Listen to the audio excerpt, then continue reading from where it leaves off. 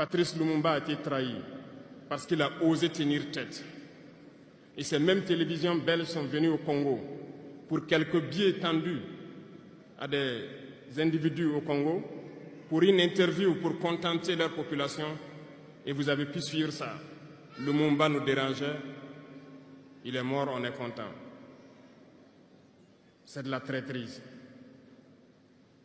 Beaucoup d'autres héros sont tombés pour que nous soyons là aujourd'hui.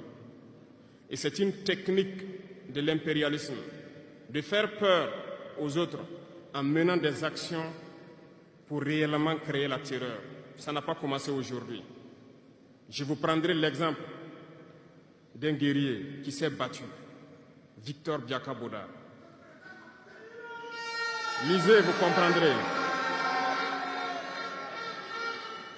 Il est issu d'une famille de chefs, pas de la chefferie donnée par le colon. Il était un enfant digne.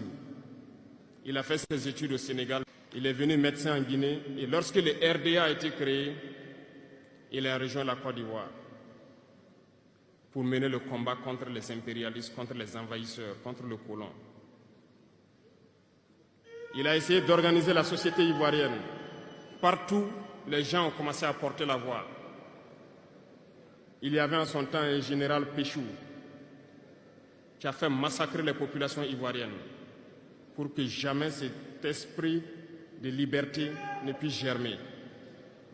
Il a continué son combat aux côtés de Félix Houphouët-Boigny. Ils ont lutté, mais le plus virulent était Victor Biakaboda. Il représentait une menace pour les impérialistes. Qu'ont-ils fait? En plus de massacrer les populations qui manifestaient, un soir, ils l'ont tué de manière atroce à côté de Boisflé. Quelques heures après, lorsque les populations de Dimbokro ont entendu l'assassinat, ils ont marché, ils ont manifesté, ils ont été massacrés par l'armée coloniale. L'histoire est têtue, les faits sont là. Après sa mort, qui a fait peur à Félix Houphouët-Boigny, ils l'ont appelé et il dit: si vous continuez la lutte, vous connaîtrez le même sort. Il a eu peur et il s'est rallié à l'impérialisme. Il a été nommé ministre en France et plus tard il est venu prendre les rênes de la Côte d'Ivoire. Et ils l'ont utilisé pour éliminer beaucoup d'autres personnes qui osaient lever la voix. Et je pense que Thomas Sankara est un bel exemple.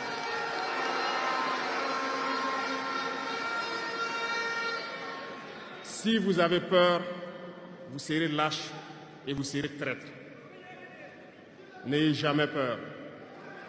La lutte doit continuer.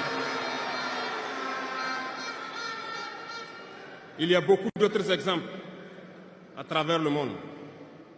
Et il y a ce phénomène qu'ils ont aussi utilisé depuis belle lurette et qu'ils continuent d'utiliser.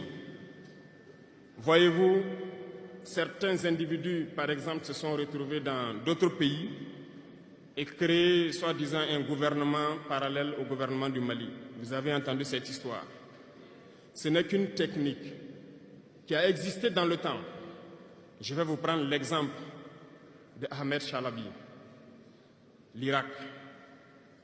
Ce professeur de mathématiques qui a même été dans le gouvernement irakien a été récupéré par les impérialistes et il a formé ce semblant de gouvernement parallèle à l'Irak, aux États-Unis.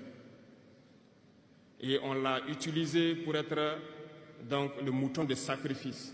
Parce que c'est à lui qu'on a dit de prononcer publiquement que Saddam Hussein développait des armes de destruction massive. Et il l'a fait. Ils l'ont utilisé. Et cet alibi a été utilisé pour tuer des millions d'enfants en Irak et détruire l'Irak.